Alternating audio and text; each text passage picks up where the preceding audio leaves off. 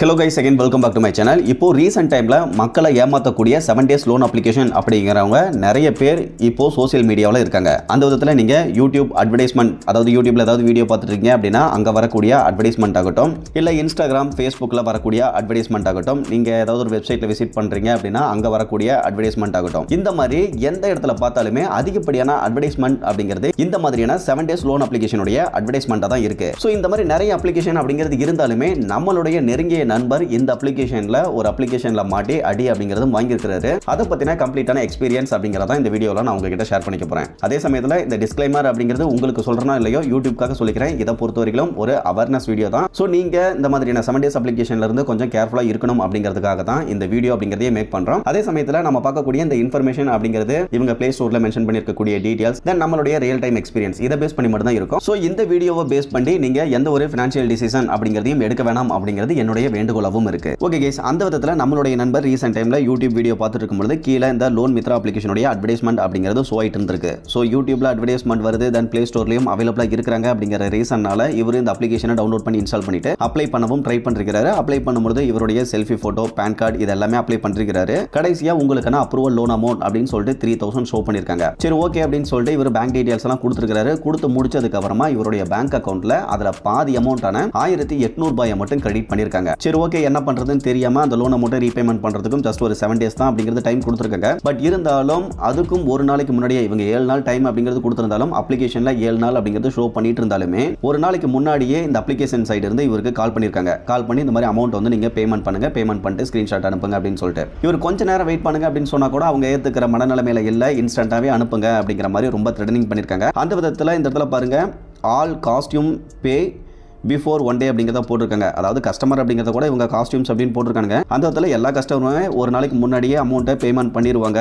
நீங்களும் அந்த மாதிரி இமீடியட்டா பேமெண்ட் பண்ணணும். பேமெண்ட் பண்ணிட்டீங்க அப்படின்னு க்ளோஸ் ஆகிரும் அப்படிங்கிறத சொல்லியிருக்காங்க. ஸோ உடனே நம்மளுடைய நண்பருமே இந்த லோனை ரீபேமெண்ட் பண்ணிட்டு அதுக்கான ஸ்கிரீன்ஷாட் அப்படிங்கிறதையுமே அனுப்பிச்சிருக்காரு. பட் உடனே நடந்தது என்ன அப்படின்னா அடுத்து இன்னொரு லோன் அமௌண்ட்டையும் இன்ஸ்டன்டாவே கிரெடிட் பண்ணிருக்காங்க. கிரெடிட் பண்ணிட்டு அன்னைக்கே அந்த லோன் அமௌண்ட்டை கட்டணும் அப்படின்னு சொல்லி திரும்பவும் ப்ரெஷர் கொடுத்துருக்காங்க. ஸோ அந்த லோன் அமௌண்ட்டை எப்படி நீங்க ரீபேமெண்ட் பண்ணணும் அப்படிங்கிறதுக்கான ஒரு இன்ஸ்ட்ரக்ஷனும் கொடுத்துருக்காங்க. அவங்க ஒரு பர்டிகுலர் UPI ஐடி அனுப்பிச்சு இந்த ஐடியில் நீங்க பேமெண்ட் பண்ணணும் அப்படின்னு சொல்லியிருக்காங்க. இவரும் சரி ஓகே நான் செக் பண்ணி பார்க்குறேன், நான் பேமெண்ட் பண்றேன் அப்படின்னு சொன்னதுக்கு அப்புறமா கீழே இவருடைய கான்டாக்ட் லிஸ்ட் எல்லாமே அனுப்பிச்சிருக்காங்க. அதாவது கான்டாக்ட் லிஸ்ட்னா நேம் அண்ட் மொபைல் நம்பர் அனுப்ப கிடையாது. நீங்க யார் யாருக்கெல்லாம் கால் பண்ணியிருக்கீங்க, எந்த டைம்ல கால் பண்ணியிருக்கீங்க, எவ்வளவு நேரம் அவங்க கிட்ட பேசியிருக்கீங்க, இந்த டீட்டெயில்ஸ் எல்லாமே அனுப்பிச்சிருக்காங்க. இதுல இருந்து என்ன தெரிய வருது அப்படின்னா இவங்க உங்களுடைய கான்டாக்ட் லிஸ்ட்டை மட்டும் எடுக்க கிடையாது, உங்களுடைய கால் ஹிஸ்டரியவும் இவங்க ட்ராக் பண்றாங்க அப்படிங்கிறது இதுல இருந்து தெரியுது. ஸோ ஒன்ஸ் இந்த மாதிரியான 7 days அப்ளிகேஷனை இன்ஸ்டால் பண்ணிட்டு அவங்க கேட்கக்கூடிய பர்மிஷன் எல்லாம் கொடுத்துட்டீங்க அப்படின்னா உங்களுடைய கால் ஹிஸ்டரி, கான்டாக்ட் லிஸ்ட், மெசேஜ் இந்த மாதிரியான அனைத்து விதமான டீட்டெயில்ஸ் அப்படிங்கிறதையுமே அவங்க எடுத்துருவாங்க. அண்ட் அந்த அப்ளிகேஷனை நீங்க வச்சிருந்தீங்க அப்படின்னா நீங்க கடைசியா எப்போ அன்இன்ஸ்டால் பண்றீங்களோ அது வரையிலும் இருக்கக்கூடிய அனைத்து டேட்டாஸ் அப்படிங்கிறதுமே அவங்க கேதர் பண்ணி எடுத்துப்பாங்க. ஸோ இந்த மாதிரியான 7 days அப்ளிகேஷனை தெரியாம இன்ஸ்டால் பண்ணிட்டீங்க அப்படின்னா உடனடியாக அன்இன்ஸ்டால் பண்றது தான் ஒரே ஒரு நல்ல விஷயமாகவும் இருக்கும். தென் எங்க கம்பெனியோடைய ஏஜென்ட்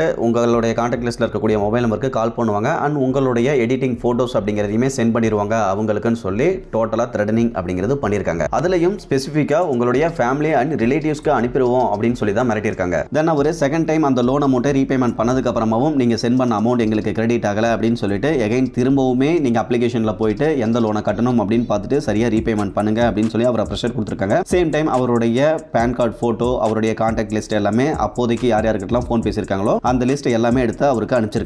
ஸோ இந்த மாதிரியான சூழ்நிலையில தான் அவரு நமக்கு கால் பண்ணாரு. ஸோ இந்த மாதிரியான 7 days லோன் அப்ளிகேஷன்ல நான் மாட்டிக்கிட்டேன், பிரச்சனையாயிருச்சு, இப்போ என்ன பண்றது அப்படின்னு கேட்கும்போது உங்களுக்கு விருப்பம் இருந்தால் நீங்க ரீபேமெண்ட் பண்ணுங்க, அப்படி இல்லைன்னா ரீபேமெண்ட் பண்ணாம கூட விட்டுருங்க. பட் இருந்தாலும் நீங்க அந்த அப்ளிகேஷனை அன்இன்ஸ்டால் பண்ணிட்டு உங்களுடைய கரண்டா இருக்கக்கூடிய வாட்ஸ்அப் டிபி எல்லாம் மாத்திட்டு ஒரு 1 வீக்காவது அட்லீஸ்ட் அப்ஸ்டாண்டிங்ல இருந்துக்காங்க, அந்த நம்பரை வந்து சைலன்ஸ்ல வச்சுக்காங்க அப்படின்னு சொல்லியிருந்தோம். அண்ட் வாட்ஸ்அப்பையும் அன்இன்ஸ்டால் பண்ண சொல்லியாச்சு. தென் அவங்க சைடு இருந்து எந்த ஒரு கால்ஸ் வந்தாலுமே ஃப்ரெண்ட்ஸ் சைடு வந்தாலுமே ரெஸ்பான்ஸ் பண்ணாதீங்க அப்படின்னு சொல்லியாச்சு. அதே சமயத்தில் உங்களுடைய ஃபேமிலிக்கு ஃபர்ஸ்ட் இன்ஃபார்ம் பண்ணிருங்க அப்படின்னு சொல்லியாச்சு. அதுக்கான மெயின் ரீசன் என்ன அப்படின்னு கேட்டீங்கன்னா இந்த மாதிரியான நபர்கள் வந்து உங்களுக்கு இருக்கக்கூடிய பயத்தை வச்சு தான் மிரட்டுவாங்க. அந்த விதத்தில் நீங்க உங்களுடைய வீட்டில் சொல்லிட்டீங்க அப்படின்னாவே அதுக்கு மேல நீங்க பயந்துக்கணும் அப்படிங்கிற அவசியமே கிடையாது. ஸோ உங்களை அதிகபட்சமா கேட்கக்கூடிய நபர்கள் யாரு உரிமையோட அப்படின்னு பார்த்தீங்கன்னா உங்களுடைய வீட்டில் இருக்கக்கூடிய நபர்கள் தான். அந்த விதத்தில் நீங்க ஃபர்ஸ்ட் சொல்ல வேண்டியது வீட்டில் தான். வீட்டில் சொல்லிட்டீங்க அப்படின்னாவே அவங்களை ஈஸியாக ஹேண்டில் பண்ணிடலாம், அவங்களால எந்த ஒரு பிரச்சனையுமே உங்களுக்கு வராது.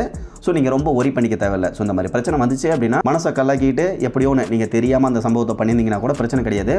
வீட்டில் சொல்லிருங்க, இந்த மாதிரி தெரியாமல் நடந்துருச்சு, எனக்கே தெரியலன்னு கூட சொல்லி நீங்கள் ஏதாவது ஒரு ரீசன் சொல்லி வீட்டில் ஃபர்ஸ்ட் இன்ஃபார்ம் பண்ணிருங்க. அந்த மாதிரி வீட்டில் இன்ஃபார்ம் பண்ணிட்டீங்க அப்படின்னாவே நீங்கள் கொஞ்சம் போல்டாக தைரியமாக பேச ஆரம்பிச்சிருவீங்க. அந்த ஒரு ரீசனால இந்த மாதிரி சம்பவம் நடந்துச்சு அப்படின்னா ஒன்ஸ் வீட்டில் சொல்லிட்டு உங்களுடைய வாட்ஸ்அப் ஃபோட்டோ எல்லாம் மாற்றி வச்சுட்டு வாட்ஸ்அப் யூஸ் பண்ணாதீங்க. முடிஞ்ச அளவுக்கு அந்த நம்பரையே ஒரு 1 வீக் அப்படிங்கிறது யூஸ் பண்ணாமல் விட்டுருங்க. அதுக்கப்புறமா அவங்க டயல் பண்ணி பார்த்துட்டு வாட்ஸ்அப்பில் மெசேஜ் பண்ணியும் பார்த்துட்டு கம்முன்னு விட்டுருவாங்க. ஸோ அதுக்கப்புறமா ஒரு 1 வீக்கு அப்புறமா ஒரு 2 வீக்கு அப்புறமா அந்த சிம்மை நீங்கள் கண்டினியூ பண்ண ஆரம்பிச்சிக்கலாம். அப்படி இல்லை அப்படின்னா இவங்க வெவ்வேறு நம்பர்லேருந்து கண்டினியூஸாக உங்களுக்கு கால்ஸ் அண்ட் மெசேஜ் பண்ணிகிட்டே இருப்பாங்க. அண்ட் சில சமயங்களில் உங்களுடைய ஃப்ரெண்ட்ஸுக்கும் கூட மெசேஜ் அப்படிங்கிறது சென்ட் பண்ணுவாங்க. ஸோ அந்த ஒரு ரீசனால ஒரே ஒரு சாய்ஸ் அப்படிங்கிறது இப்போதைக்கு இதுதான் இருக்குது. இதை தவிர்த்து நீங்கள் நேரில் ஏதாவது கம்ப்ளைண்ட் கொடுக்கலாமா போலீஸ் ஸ்டேஷனில் அப்படின்லாம் யோசிச்சிங்க அப்படின்னா பெருசாக அது வேலைக்காகாது. ஏன் அப்படின்னா அவங்க கிட்ட போனீங்க அப்படின்னா இந்த மாதிரி வாரத்துக்கு 10 கம்ப்ளைண்ட்ஸ் வருது, நாங்கள் என்ன பண்ணுறது அப்படின்னு தான் சொல்லுவாங்க. சரியான ஹெல்ப் அப்படிங்கிறது உங்களுக்கு அந்த சைட் கிடைக்காது. ஸோ என்னுடைய ரியல் டைம் எக்ஸ்பீரியன்ஸில் அதான் ஃபேஸ் பண்ணிட்டு இருக்காங்க நிறைய பேர். அந்த ஒரு ரீசனால எனக்கு தெரிஞ்ச வரையிலும் சிம் ஆஃப் பண்ணி வச்சுட்டு வீட்டில் இன்ஃபார்ம் பண்ணிவிட்டு சைலண்ட்டாக இருந்துக்கிறது ரொம்பவே பெஸ்ட்டாக இருக்கும். இப்போ நம்மளுடைய நண்பர் வந்து ஆஃப்டர் 1 வீக்கு அப்புறமா அந்த சிம்மை போட்டு யூஸ் பண்ண ஆரம்பிச்சிட்டாரு. இப்போ ஒரு 3 to 4 days அப்படிங்கிறது ஆயிடுச்சு. இதுவரையிலும் எந்த ஒரு பிரச்சனை அப்படிங்கிறதுமே அவங்க சைடுந்து வரல. ஸோ நீங்களும் இந்த லோன் மித்ரா அப்ளிகேஷன் எங்கேயாவது பார்த்தீங்க அப்படின்னா தெரியாமல் இன்ஸ்டால் பண்ணிடாதீங்க. அப்படி இன்ஸ்டால் பண்ணாலும் இதுதான் ஒரே ஒரு சொல்யூஷனாக இருக்கும். நீங்கள் பார்த்து கொஞ்சம் கேர்ஃபுல்லாக இருந்துக்குங்க. ஓகே கேஸ், இந்த மாதிரியான யூஸ்ஃபுல்லான அவேர்னஸ் வீடியோலாம் உங்களுக்கு வேணும் அப்படின்னா மறக்காம வீடியோ லைக் பண்ணிவிட்டு சேனலையும் சப்ஸ்கிரைப் பண்ணிடுங்க. ஃபியூச்சரில் யூஸ்ஃபுல்லான நிறைய இன்ஃபர்மேஷன் அப்படிங்கிறது கண்டினியூஸாக வந்துகிட்டே இருக்கும். Okay guys, thank you.